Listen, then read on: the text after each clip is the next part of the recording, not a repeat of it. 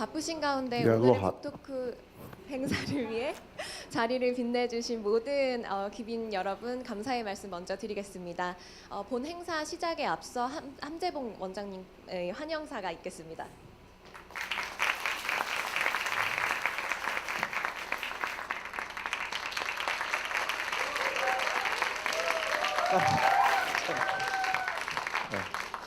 A paid crowd is what this is called. 양해 좀 영어로 진행하도록 하겠습니다. Thank you, ladies and gentlemen, for coming this morning for this wonderful event, very interesting event. Thomas Friedman, you probably don't need an introduction, but it's interesting to note that he's from a small Midwestern town. I don't know how many of you even know that there is such a city called Minneapolis. It's actually a pretty big deal. I actually went to school there. I went to Carleton, Northfield, Minnesota, which is a tiny little satellite of the Twin Cities. Anyways, and I guess his life journey is as much of an example of the kind of things that he's been writing about all his life, and especially in the book that he'll be introducing to you today. That's why at the end of the book, he returns to Minneapolis.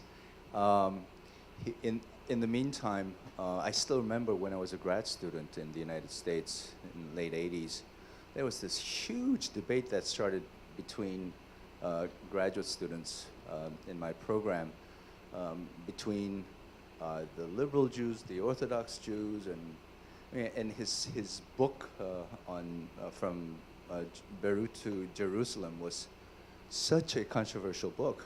And I said, well, what's the big deal? But ever since then, of course, every book he's written has touched something, has unearthed something, has shaped the way in which we view the world, we analyze things, and of course the way in which we understand things. It's sort of interesting, somewhat alarming that he's in Korea now. Meaning that I think the places that he usually goes to, it usually is a very problematic place. Lots of issues and problems and intractable problems, especially. I'm really glad that he's here. That he really feels the issue that we face, security issue that we face with North Korea, with China, whole of Northeast Asia, really warrants his attention, and he's here to, as I understand the situation, and to try to report back to his audience. So in that sense, I am very happy that he's here and he's spending time with us. More than anything else, I think he's an intellectual who has a grasp of things from the ground up. That is admirable. For those of you who've read his book, I mean, the number of people he meets and the number of places that he goes to write a book. Now that's real reporting. And I think that's also the kind of intellectual curiosity that enables him to write the kind of books, the influential books that he does. So in so many ways, he's a really an important example to us, and it's again a great honor that we have this opportunity to host him. Mr. Friedman will speak for about 40 minutes, and then we'll open it wide to the floor for a Q&A. So without much further ado, please join me in welcoming Mr. Thomas Friedman. And the PowerPoint, where will it come up? It'll come up. It'll come up here. Right, and okay, it comes up. Great, perfectly. Okay, thank you very much. What a nice introduction. I didn't know you went to Carleton. That's fantastic. That's fantastic. Thank you all for coming out. It's a treat to be here at the Asan Institute. This is my one speaking event here. Can you all hear me okay? Everybody? Yeah. So I'm going to speak about my newest book, Thank you for being late. An optimist's guide to thriving in the age of accelerations. So the first question I always get from people about the book is, where from comes the title? Thank you for being late. And the title comes from meeting people in Washington, D.C., where I live, for breakfast. And every once in a while, someone would come 10, 15 minutes late. And they would say, Tom, I'm really sorry. It was the weather, the traffic, the subway, the dog ate my homework, something. And one day, it's over 3 years ago now, I spontaneously said to one of them, actually, his friend named Peter, Peter, thank you for being late. Because you were late, I've been listening to their conversation. Fascinating. I've been people watching the lobby. Fantastic. And best of all, I just connected two ideas. I've been struggling to connect for a month. So thank you for being late. Well, people started to get into it. They'd say, well, you're welcome. Because they understood I was giving them permission to pause, to slow down. In fact, my favorite quote from the front of the book is from my teacher and friend Dov Seidman, who says, when you press the pause button on a computer, it stops. But when you press the pause button on a human, it starts. That's when it starts to reflect, rethink, and reimagine. And boy, don't we need to do a lot of that right now. Now, the book was actually triggered when I paused and engaged with someone I wouldn't normally engage with. I live in Bethesda, Maryland, outside of Washington, D.C., and I take the subway to work about once a week. And for me, that means driving from my house in Bethesda to downtown Bethesda. I park in the public parking garage there, and I take the red line into D.C., Washington, D.C. I did that. I came back. I got my car, had my time-stamped ticket, drove to the cashier's booth, gave it to the cashier. He looked at it and looked at me and said, I know who you are. I said, great. He said, I read your column. I said, great. He said, I don't always agree. I thought, get me out of here. Okay. But I actually said, well, that's good. It means you always have to check whether you agree or disagree. And I drove off, thinking, it's pretty nice. The parking guy reads my column. Anyways, a week later, I went into D.C., subway, office, back, subway, car, parking lot, time-stamped ticket, cashier's booth, same guys there. This time he says, Mr. Friedman, I have my own blog. Would you read my blog? I thought, oh my God, the parking guy is now my competitor. What just happened? So I said, well, write it down for me and I'll look it up. So he tore a piece of receipt paper and wrote on it, odanambi.com. I went home, I looked it up on my computer, on the internet. It turns out he's Ethiopian. Writes about Ethiopian politics from the perspective of real pro-democracy from the Oromo people. I thought about him for a couple days, told my wife, and I finally decided this is a sign from God. I should pause and talk to this guy. But I didn't have his email, so the only way I could do it was park in the parking garage every day, which I did for 4 days, and we eventually overlapped in the morning. I asked him for his email. I knew his name now, Ayile Bugia. I said, Ayile, I'd like your email. He gave it to me. And that night, we began an email conversation. And I basically told him, I have a proposition for you. I will teach you how to write a column if you will tell me your life story. And he said, I see you're proposing a deal. I like this deal. So we met 2 weeks later at Pete's Coffee House in Bethesda. And I came with a 6-page memo on how to write a column. And he came with his life story. Ethiopian immigrant, democracy advocate, came to America as a political exile, was blogging on Ethiopian websites, but Mr. Friedman, they were too slow. Wouldn't turn his stuff around fast enough. So he decided to start his own blog, and now, Mr. Friedman, I feel empowered.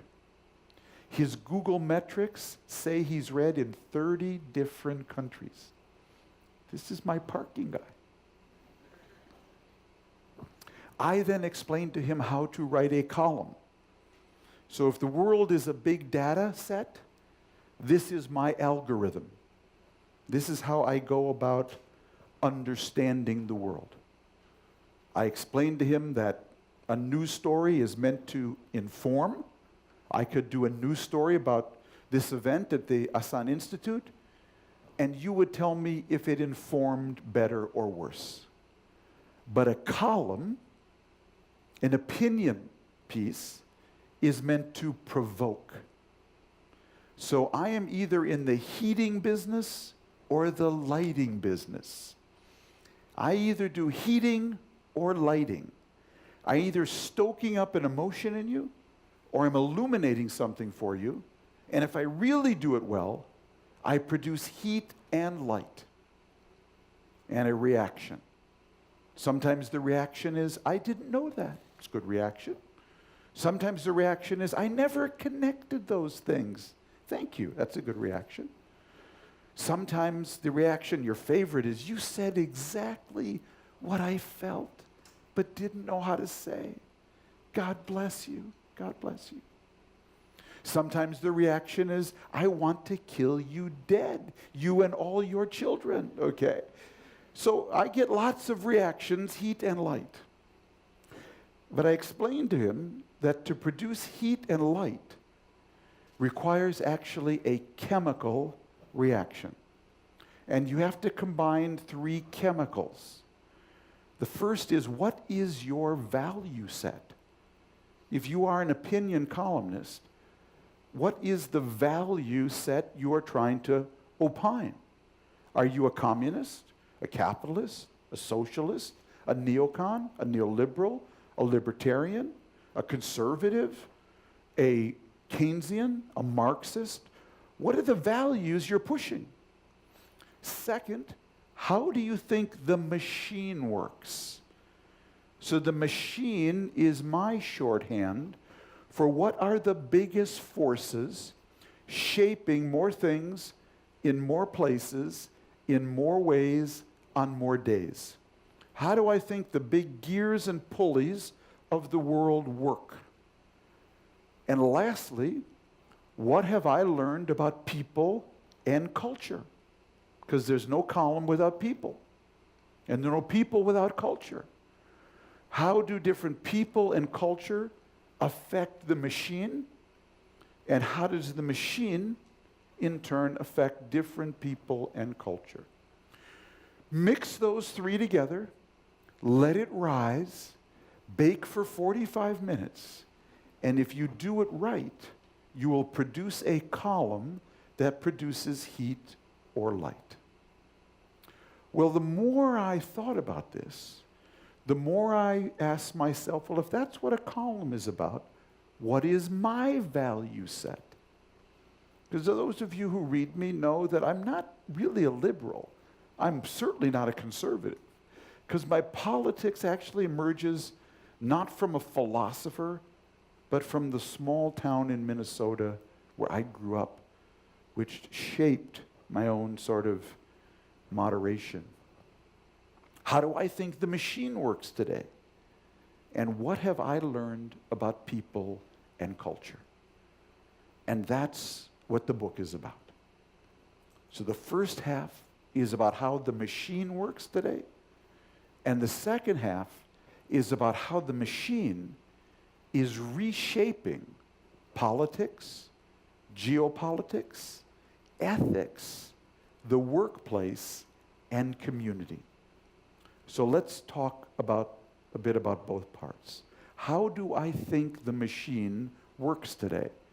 Well, I think what is shaping more things in more places, in more ways, on more days, is that we are in the middle of three nonlinear accelerations, all at the same time, with the three largest forces on the planet, which I call the market, Mother Nature, and Moore's Law.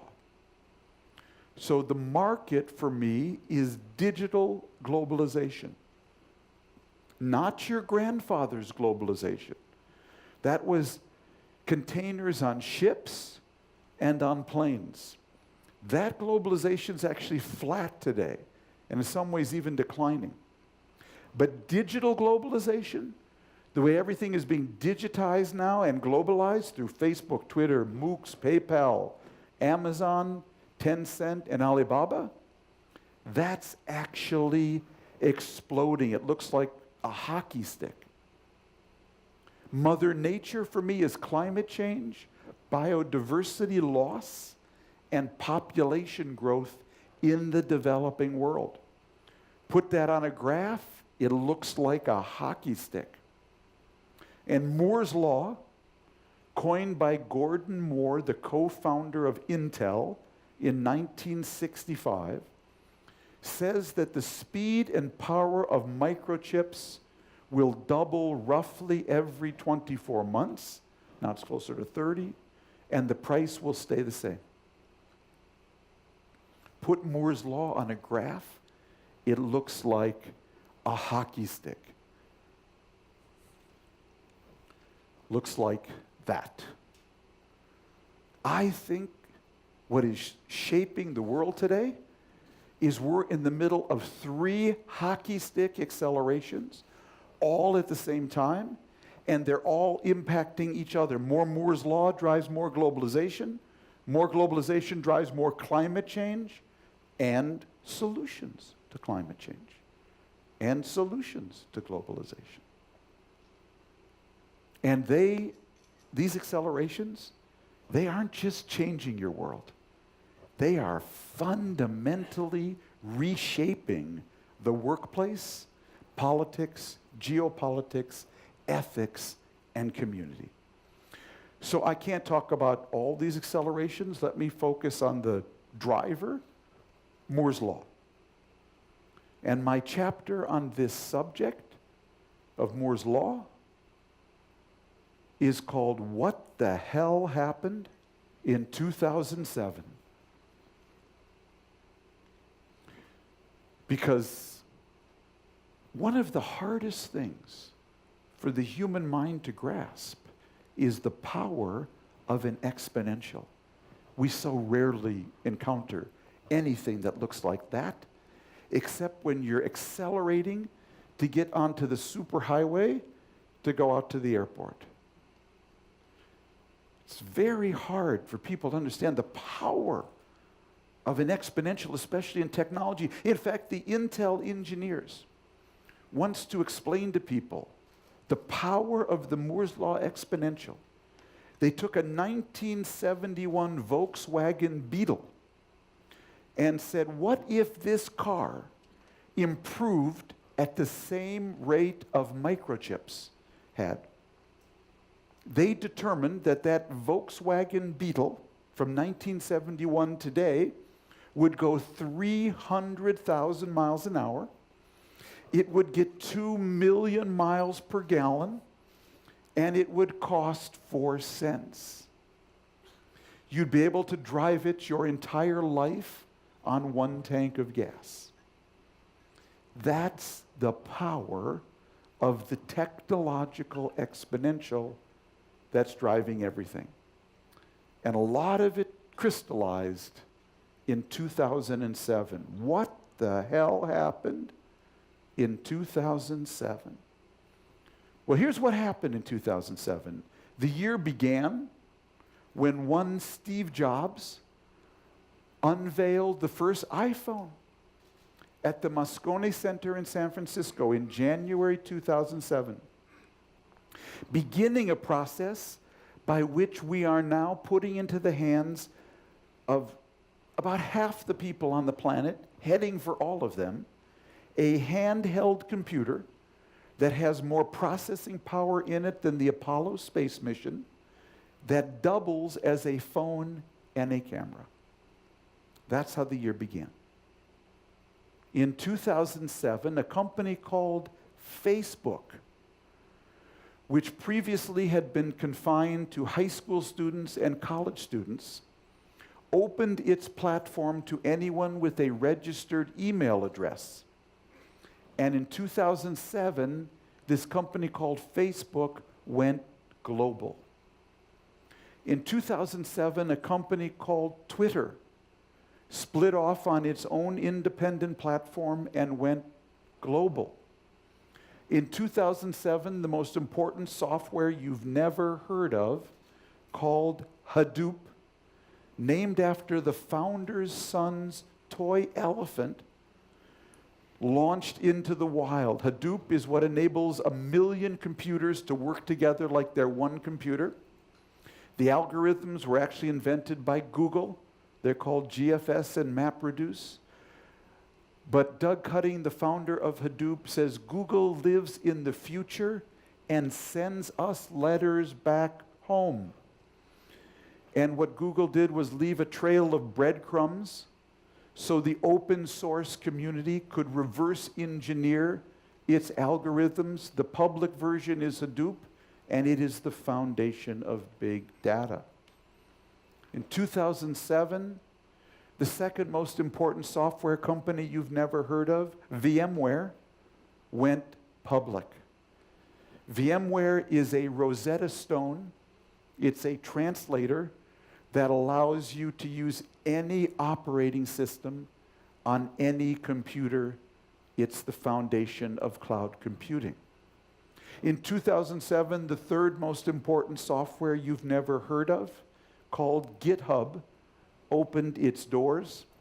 Today, it is the world's largest repository of open source software with 14 million users. There isn't a major company in South Korea that doesn't use GitHub. In 2007, this company called Google bought a little-known TV company called YouTube. And in 2007, something very important for Korea happened. This company, Google, launched into the wild its own operating system called Android. In 2007, IBM launched the world's first cognitive computer called Watson. In 2007, Amazon.com launched the world's first ebook reader called the Kindle. In 2007, 3 design students in San Francisco were attending the design conference, and they noticed all the hotel rooms were sold out.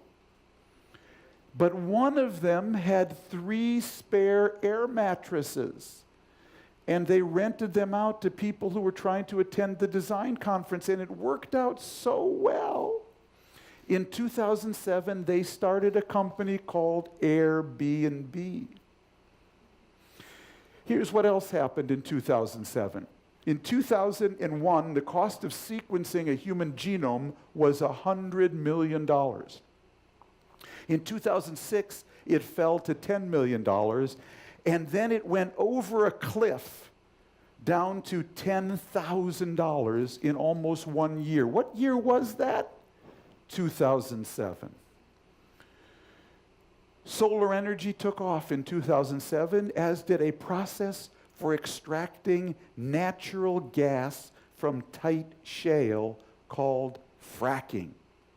Between 2006 and 2008, America's total natural gas reserves increased by 35%.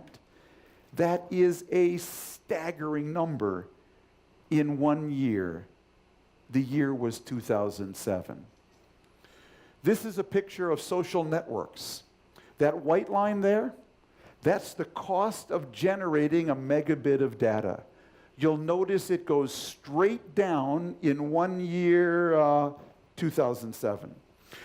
The blue line is the speed of transmitting a megabit of data. You'll notice the two lines cross in 2008. Close enough for government work. This is what the cloud looks like. You'll notice it was launched, first year revenue show up is 2008. That's because the cloud was launched in 2007. Turns out, in 2007, Intel, for the first time, went off silicon, introduced non-silicon materials into its microchips to extend Moore's law.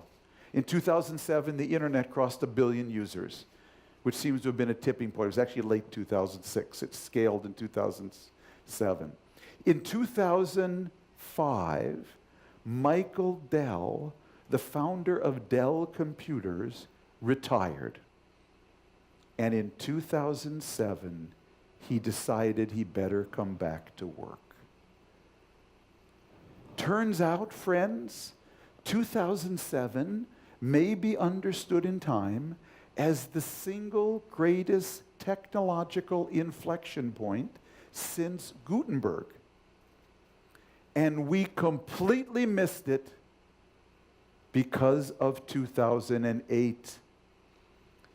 So right when our physical technologies just took off, like we're on a moving sidewalk in an airport that suddenly went from 5 to 50 miles an hour, our social technologies, the political reform, the regulatory reform, the learning reform, the managerial reform, all froze because we entered the deepest recession since 1929.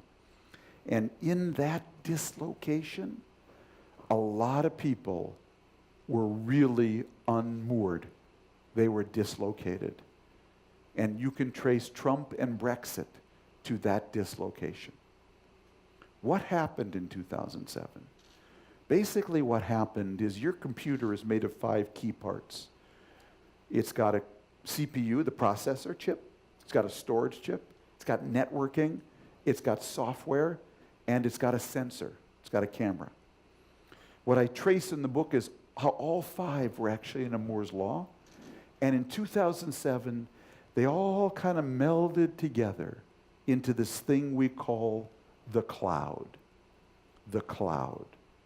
But I never used the term the cloud in my book because it sounds so soft, so fluffy, so cuddly, so benign. It sounds like a Joni Mitchell song. I've looked at clouds from both sides. This ain't no cloud, folks. This is a supernova. The supernova is the largest force in nature. It's the explosion of a star.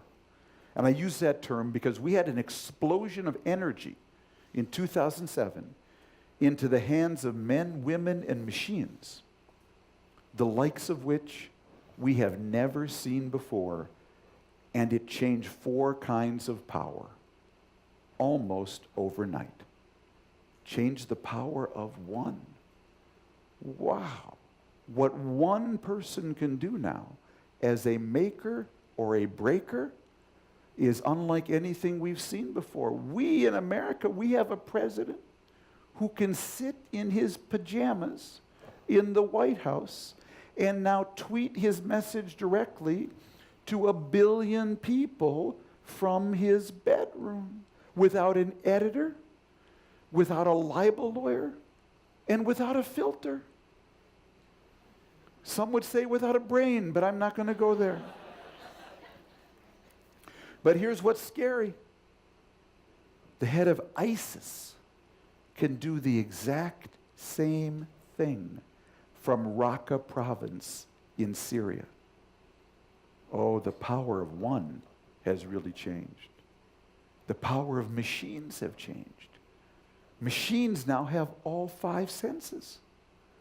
We've never lived in a world where machines had all five senses. And we crossed that line on, of all places, a game show. On February 14th, 2011, the game show was called Jeopardy! And there were 3 contestants. 2 were the all-time Jeopardy! Champions. And the 3rd contestant simply went by his last name, Watson. Mr. Watson passed on the first question. But on the second question, he buzzed in before the 2 humans. The question was, it's worn on the foot of a horse and used by a dealer in a casino. And in under 2.5 seconds, Mr. Watson said in perfect Jeopardy! Style, "What is a shoe?" And for the first time, a cognitive computer figured out a pun faster than 2 human beings. And the world kind of hasn't been the same since. We've changed the power of flows. Ideas now flow and change at a speed we've never seen before. 5 years ago, Barack Obama said, marriage is between a man and a woman.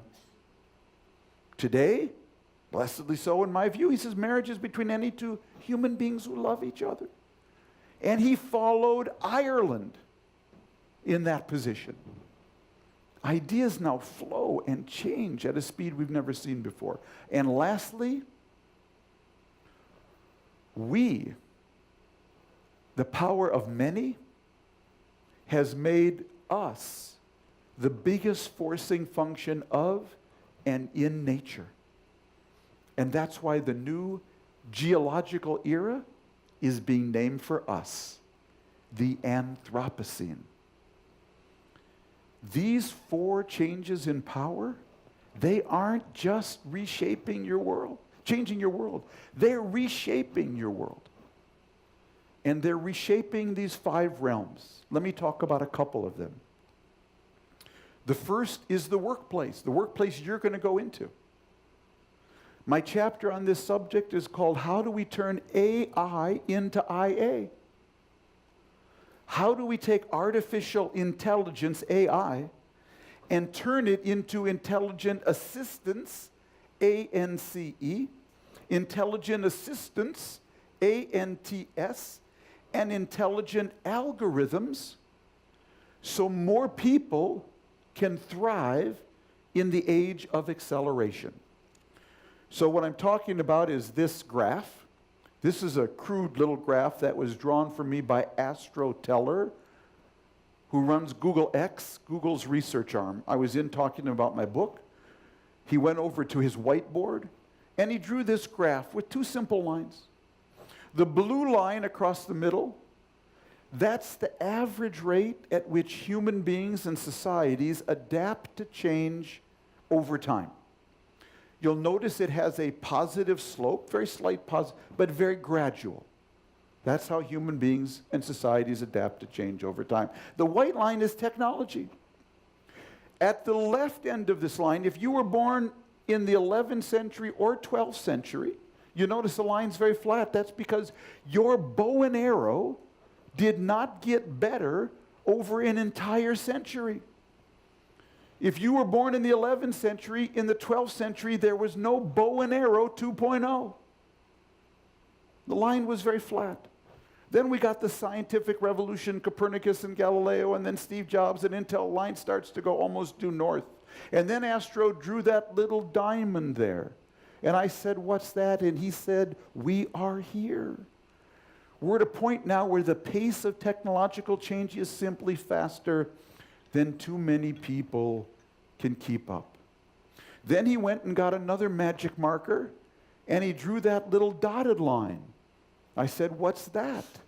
He said, that's learning faster and governing smarter. How do we learn faster and govern smarter so more people can live and thrive in the age of acceleration? And that's what my chapter is about. How do we use AI to create IA, intelligent assistants and algorithms, so more people can thrive in the workplace today? So let me give you an example of each one very quickly. My example of intelligent assistance, ANCE, is the Human Resources Department at AT&T, our big telecom company. AT&T competes in a global market. It has 360,000 employees living right next to the supernova. Pretty good chance that whatever is going on in the Human Resources Department at AT&T is coming to a neighborhood near you. So what is going on at AT&T? Well, basically, they begin the year with their CEO giving a radically transparent speech about where the company is going that year and what skills you need as an employee at AT&T to thrive. Then they put every one of their employees on their own in-house LinkedIn system.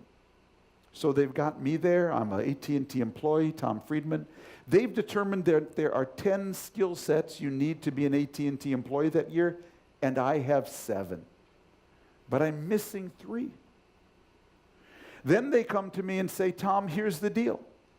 We will give you up to $8,000 a year to take the courses for the skill sets you're missing.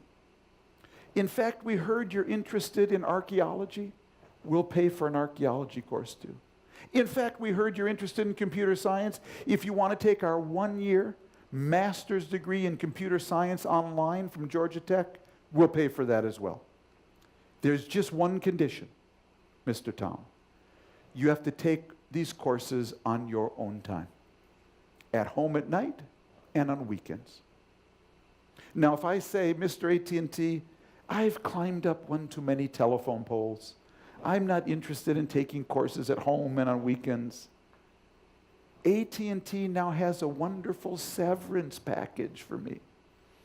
But I won't be working at AT&T much longer. Their social contract with me is that if I take these courses that they will pay for, but on my own time, they will offer me the new good jobs when they open. They won't go outside. Their social contract with me is you can be a lifelong employee at AT&T, but only if you're a lifelong learner. If you are not ready to be a lifelong learner, you can no longer be a lifelong employee at AT&T. That social contract is coming to a company near you. The days when you could go to college for 4 years and then dine out on that for 30 years, spend that knowledge over 30 years, that's over. Now things you learned in your first year of college will be outdated by your 4th year.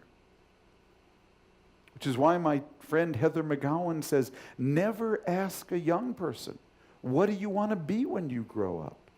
Because unless it's a policeman or a fireman, that job probably won't exist. Only ask young people how you want to be when you grow up. Will you have an agile learning mindset? Will you be predisposed to lifelong learning? 10 years ago, we all worried about the digital divide. Japan had internet, Korea didn't. Seoul had internet, rural Korea didn't. Seoul and Korea had internet, Africa didn't. We were worried about the digital divide, and it was a worry. Today, you don't have to worry about the digital divide. In 5 years, I guarantee you, everyone who wants to will have access to the internet. The most important divide going forward is going to be the motivational divide.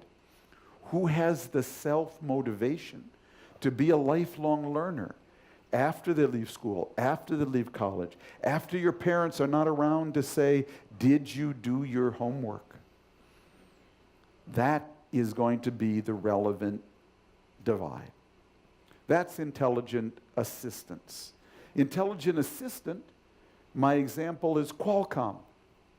Qualcomm made the inside of your cell phone. It wasn't made by Apple or Samsung. It was actually made by Qualcomm. That's why Apple and Samsung are always suing Qualcomm over patent costs.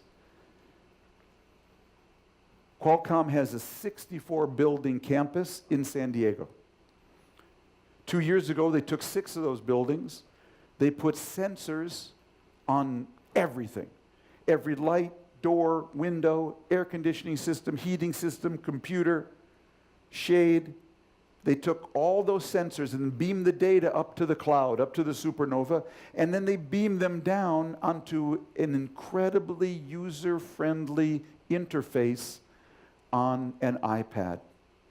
So if I leave my computer on, or a light or pipe bursts above my head, the janitors at Qualcomm know it before I do, and they just swipe down and see either how to fix it themselves or who to call. Qualcomm has turned their janitors into maintenance technologists. The janitors at Qualcomm now give tours to foreign visitors. What do you think that does for the dignity of a janitor, because he or she now has an intelligent assistant enabling them to learn faster and govern smarter? Intelligent algorithm, my example is the partnership between the College Board and Khan Academy, the online learning platform.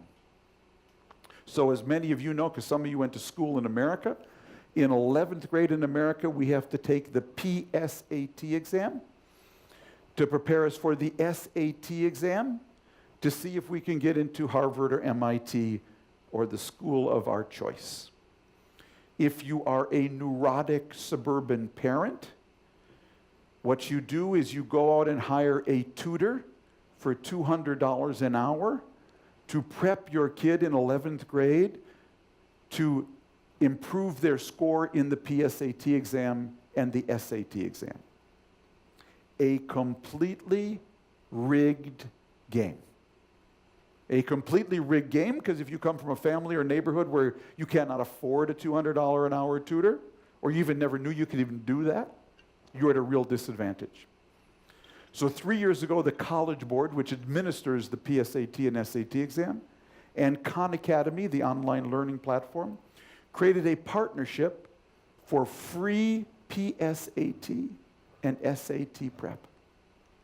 Now the way it works is I take the PSAT in 11th grade, I get the results back from the College Board and Khan Academy, and it says, Tom, you did really well in English. You could probably be a journalist. But you have a problem in math. You have a problem with fractions and right angles.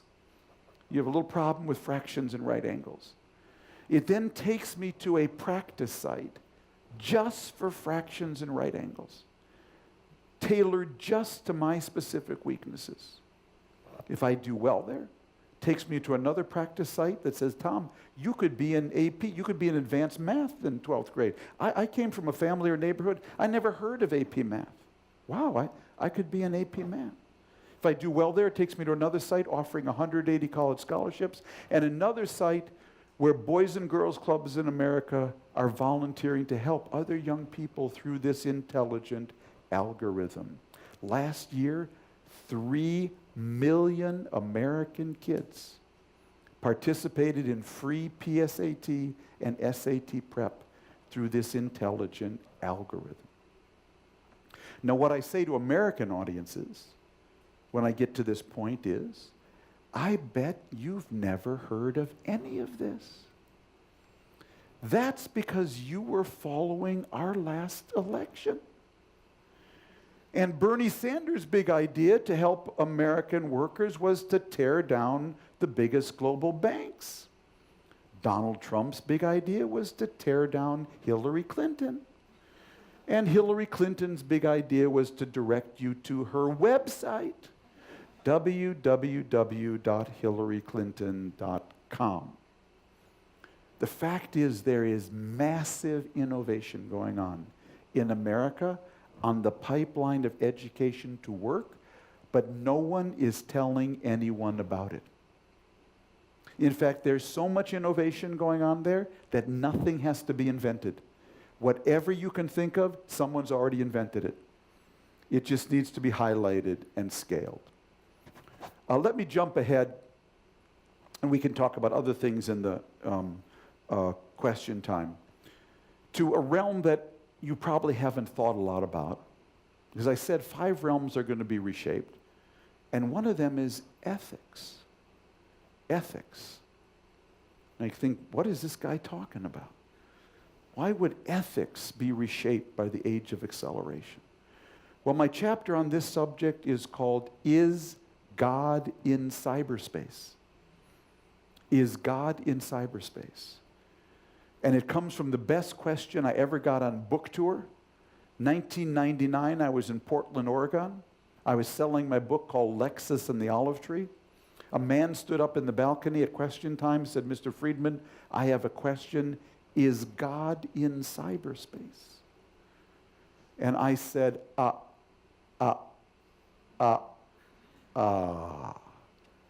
have no idea. I felt kind of stupid. So I came home and I called my spiritual teacher. He's a rabbi who I met when I was the New York Times correspondent in Jerusalem, a great Talmudic scholar. His name is Zvi Marks. He lives in Amsterdam now. He's married to a Dutch priest, very interesting guy. I called him up in Amsterdam. I said, Zvi, I got a question I've never had before. Is God in cyberspace? What should I have said? And he said, well, Tom, in our faith tradition, we have 2 concepts of the Almighty. One is a biblical concept. One is a post-biblical concept. The biblical concept says the Almighty is almighty. He smites evil and he rewards good. And if that's your view of God, he sure isn't in cyberspace, which is full of pornography, gambling, cheating, lying, cybercrime, bad talk, and now we know fake news. So clearly God is not in cyberspace. But he said, actually, fortunately, we also have a post-biblical view of God. And the post-biblical view of God says that God manifests himself by how we behave. So if we want God to be in cyberspace, we have to bring him there by how we behave there. Only we can bring God into cyberspace. Well, I liked his answer. I put it into the paperback edition of Lexus and the Olive Tree in 2000, where none of you read it, and I completely forgot about it. When I started writing this book, I found myself spontaneously retelling that story. And finally I sat myself down and said, why are you retelling that story? And it became immediately obvious for 2 reasons. One happened just last year. I think 2016 will be remembered as the year when 51% of our lives in the developed world moved to cyberspace. Yeah. We woke up in 2016 and discovered that's where we went to find a date. That's where we went to find a spouse. That's where we went to get our news. That's where we went to write our news. That's where we went to communicate with friends. That's where we went to buy a book, a house, or a car. That's where we went to learn. 51% of our lives moved to cyberspace, and you saw it. When what happened in 2016?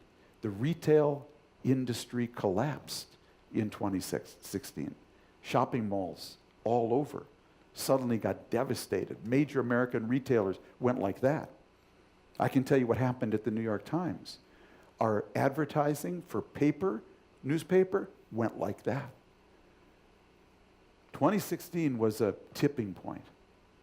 But what does that mean? 51% of our lives have moved to cyberspace. And what is my definition of cyberspace? It's a realm where we're all connected, but no one's in charge. And that's where we're living our lives right now. There's no stoplights in cyberspace.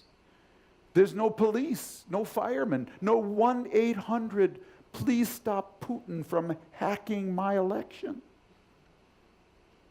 We're living our lives now in a realm that is completely God-free, completely values-free. And at the same time, because of my 3 accelerations, we're standing at a moral intersection we've never stood at before as a human species.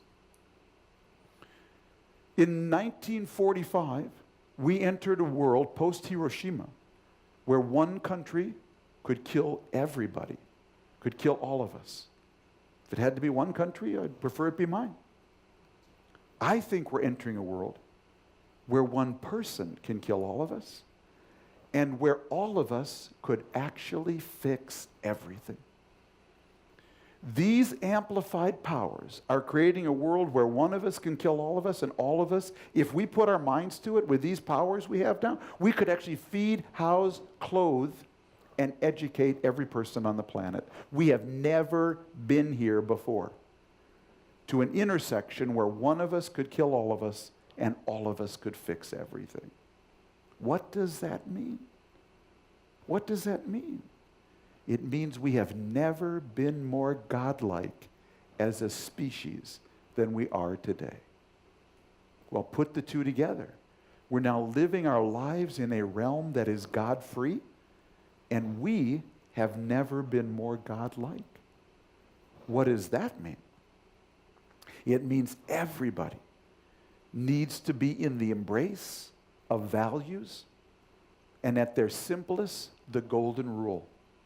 Do unto others as you wish them to do unto you, because we now live in a world where more people can do unto you farther, faster, deeper, cheaper than ever before, and you can do unto others farther, faster, deeper, cheaper than ever before. Putin did unto us in our election, and Trump just did unto Syria with cruise missiles. Everybody needs to be in the grip of the golden rule. Do unto others as you wish them to do unto you. I know what you're thinking. I actually gave this as the commencement address at Olin College of Engineering last year. And I told the parents there, I know what you're thinking. You paid $200,000 so your kid could get an engineering degree. And they brought in a commencement speaker who's preaching the golden rule. Is there anything more naive? And I'm here to tell you what I told them. Naivete is the new realism. Naivete is the new realism, because I'll tell you what's really naive. Thinking we're going to be okay in a world where individuals have this much amplified power, if everybody is not in the embrace of the golden rule. Now that is truly naive. Where does the golden rule come from? 2 places: strong families and healthy communities. I'm not an expert on strong families, but I am an expert on healthy communities, because I grew up in one. My little town in Minnesota, called St. Louis Park. And that's why the book ends in my little town. I'll save that maybe for the question time. Let me just conclude by saying that my book has a theme song. I actually thought of if I could buy this song, so when you open my book, it would play this song like a birthday card plays Happy Birthday. And the song is by one of my favorite singers. Her name is Brandi Carlile. She's a great country folk singer. Her song is called The I-E-Y-E. And the main refrain is, I wrapped your love around me like a chain, but I never was afraid that it would die. You can dance in a hurricane, but only if you're standing in the eye. You see, my 3 accelerations, I think they're a hurricane. I think I have a president, Trump, who wants to build a wall against the hurricane. I am not selling a wall. I'm selling an eye that moves with the storm, draws energy from it, but creates a platform of dynamic stability within it, the healthy community, where people can feel connected, protected, and respected. I think the great struggle in global politics going forward is going to be between the wall people and the I people. And my book is a manifesto for the I people. Thank you very much. Thank you.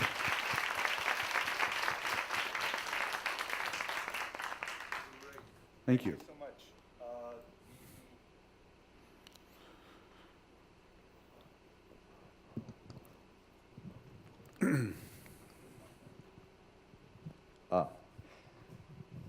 Thank you. Questions? We don't have much time, so I'll be brief. please identify yourself and then very short question. Go.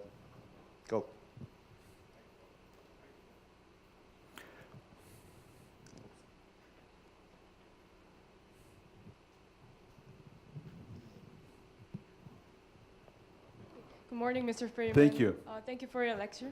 I'm Soyeon Kim from Asan Academy.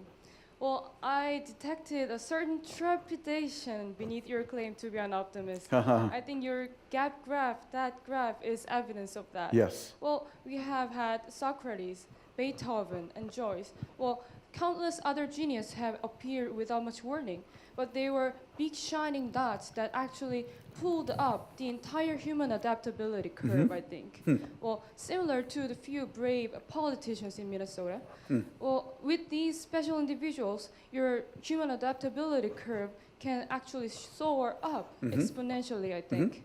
Because only humans can think outside the box, the machine cannot. Well, yeah. Well, to be sure, there will be some chaos, but we have always found a way to get Yes. through it. We're not perfect, but we can be incredibly innovative and resilient, adaptive. So always have been, always will be. Why can't you be a real optimist like me? Thank you. That's a good question. Well, I think I am. I really am an optimist. It's a very good question.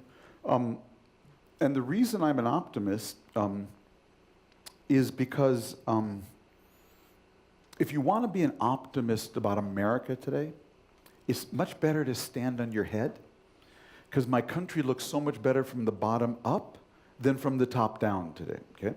So if you stand on your head, what do you see? What is a reason to be optimistic? Not crazy optimistic, but optimistic, okay? There's an image that America is divided between two coasts and the middle. So we supposedly have these two coasts, California and New York, that are globalizing, pluralizing, modernizing. And in the middle, they call flyover America.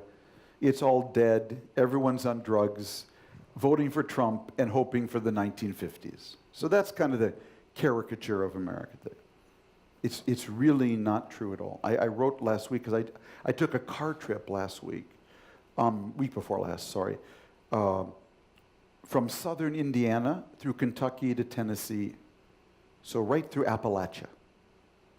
And what you see is the real divide in America is not between the coasts and the center.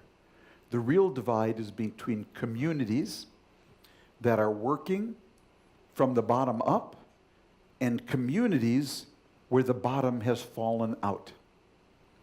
And some of them are right next door to each other. So I started in a town called Austin, Indiana, a tragic place.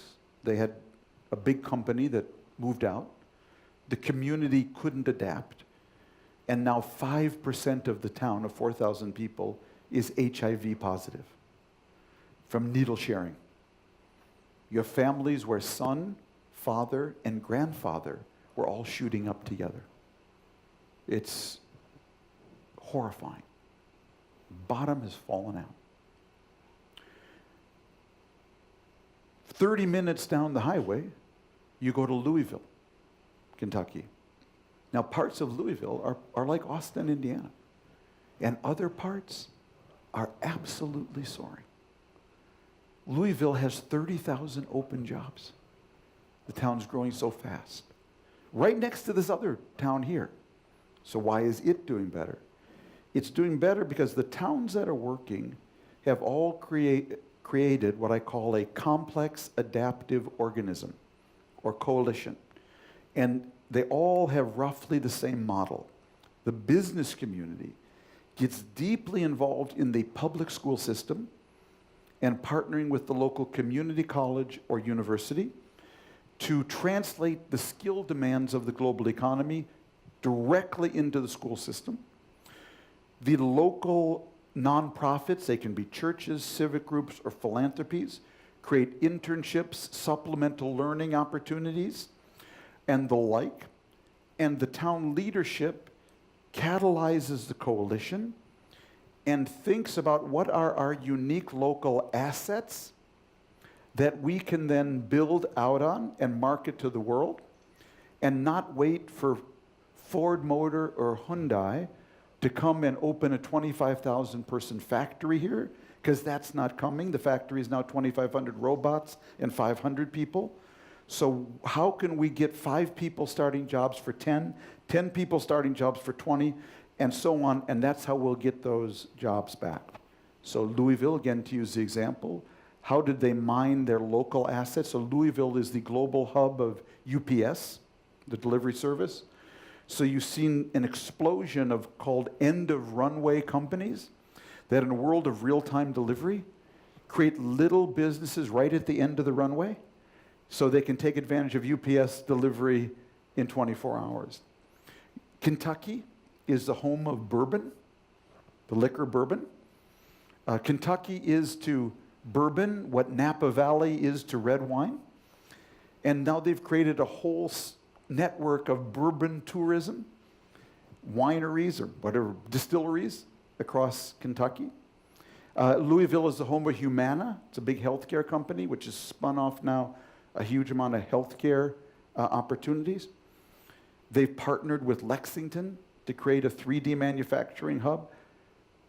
Right next, they're 40 minutes down the road from a town that has African levels of opioid epidemic. And so where communities are building these adaptive coalitions to emerge from the bottom up, they're actually thriving. The ones that aren't are worse than ever. They're actually falling off the world. So if you look at those, you'd be a pessimist. If you look at the others, you'll be an optimist. The good news is that at least there's a pathway forward. We need to scale and share that pathway. Thank you. Way in the back. Mr. Wang. Thank you. TV reporter, it's called YTN, it's cable TV news channel in Korea. I have a couple of questions about Mr. Donald Trump. You touched upon a little bit briefly. What is your own explanation why Mr. Donald Trump get elected as a president of the United States in such a rapidly changing society? Yeah. And then this is a little bit of interesting point. People talk about the possible impeachment of him. What is your assessment, the probability, possibility Okay, I got he it. can be Thank you. expelled? So let's talk about the first. I'll try to give you a short, long answer. So let's think about America of the 1950s, 60s, and 70s, when I was born and grew up. Those were our golden years, the golden years of the American middle class. So I have a congressman in my book who said if you were a white male growing up in Minnesota in the 50s, 60s, and 70s, you needed a plan to fail. You actually had to sit down and draw up a plan for how I can fail, okay? Because America post-war had such a dominance in industry and services because Asia and Europe were on their back, okay, post-war. So if you were a white male then, you needed a plan to fail.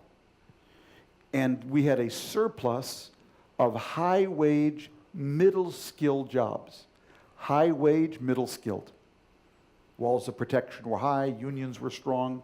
My dad's brother was the loan officer at a major Minneapolis bank, and he only had a high school degree. You could be a loan officer. Is there a bank in Korea where you could be a loan officer today with a high school degree? I bet not. But then, you could. That lasted till the early 70s. Then in the early 70s, skill demands began to rise because computing began and global competition, trade began more. But we really didn't lift the skill level of our workforce. What we did were a lot of tricks. We gave a lot of people hammers to build houses. We gave a lot of people cheap mortgages that they could borrow against and ride up the value of their home and stay in the middle class thanks to inflation. And then we let all their wives work. So we doubled household incomes. So we maintained the middle class, high wage, middle skills, but with a lot of tricks, really. Okay? Then we hit the early 2000s. In 2001, China joins the World Trade Organization.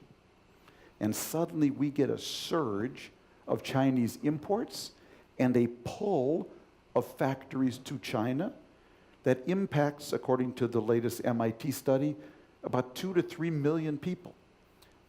Pennsylvania, Ohio, Kentucky, Tennessee, Michigan. That sort of Rust Belt. We sucked 2-3 million jobs out of there in a very short order and devastated some communities like Austin, Indiana. Now, normally, creative destruction, Schumpeter, those people who lost jobs would jump to new ones.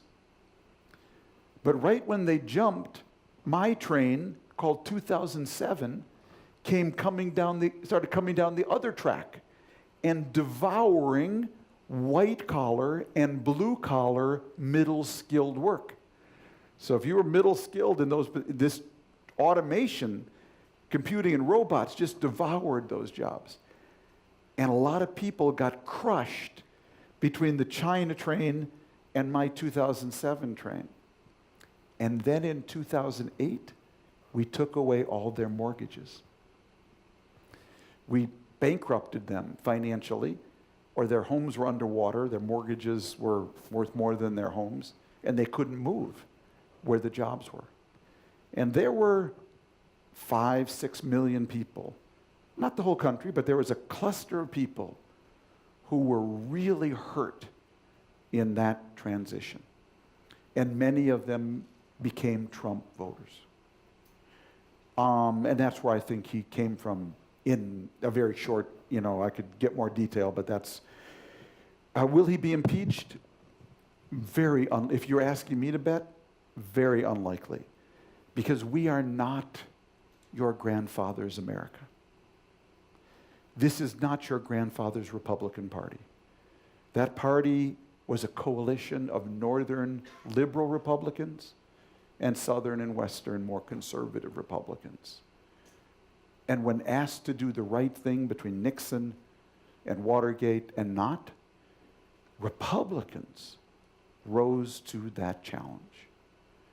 Today's Republican Party is not a party, it's a tribe.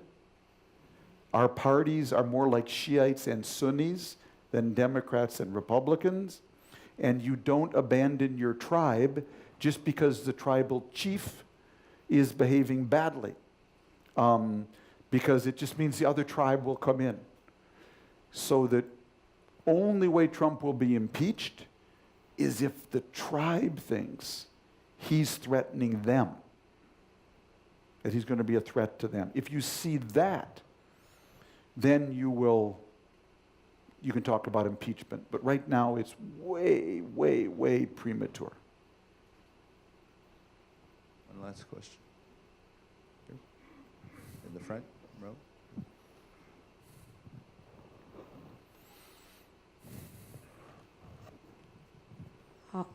Okay. Thank you for the great lecture. Thank My you. name is Jiwon Park from Asan Academy. And you mentioned about connections, and many assume that technology leads to more and better connections. However, I believe such connections are superficial and are links at best. Because to me, real human connection is a bond, and a bond that is fostered by intimacy, by touch, by an emotional connection that can only come from shared life experiences. So do you foresee any possibility in the future where technology reaches such an advanced level that it can actually create the real connection? Thank Well, you. it's a wonderful, wonderful question. Stay later. I want to write that down. That's really good. So those of you who follow me on Facebook and Twitter know that I'm not on Facebook and Twitter. And it's because of your question. I know who my friends are. They're not a thumb up or a thumb down. And anything said about me anonymously on Twitter in 142 characters really is a sign of the apocalypse for me. I couldn't care less, you know. So in answer to your question, I interview in my book our Surgeon General, or I should say our former Surgeon General since Trump fired him. So he's the chief doctor of America. His name is Vivek Murthy. He's an Indian American, remarkable guy. And I asked him, Vivek, what is the most prevalent disease in America today? Is it cancer, diabetes, or heart disease? And he said, it's none of those. It's isolation. I thought, wow. We live in the most connected age in history, and the Surgeon General of the United States is telling me the biggest disease in the country is people feeling disconnected and isolated. So it's a perfect affirmation of your question. And that's why the reason my book is called Thank You for Being Late is it's actually a celebration of everything old and slow, of all the things you cannot download. It's actually a celebration of all the things you have to upload the old-fashioned way, one human being to another. So I talk the talk of technology and globalization, but I do not walk the walk. So I'm interested in it, I want to understand it, but in my own life, I'm a deeply analog person. And the book celebrates those true bonds that build trust, and trust that builds community. And community, I think, is the ideal adaptive unit, not the federal government, not the single family, for the 21st century. My teacher and friend Dov Seidman says in the book, trust is the only legal performance-enhancing drug. When there's trust in the room, it's like a hard floor. I can jump really high off this floor. When there's no trust in the room, it's like the sand in the desert of Syria. You can't jump a millimeter. So human bonding produces trust, trust produces community, community produces adaptability. So thank you for your question. And stay after, I want to write it down. Thank you very much. Thank you. Thank you. Thank you, Mr. Friedman. Big round of applause. Thank you. Wonderful. It's great. Thank you very much.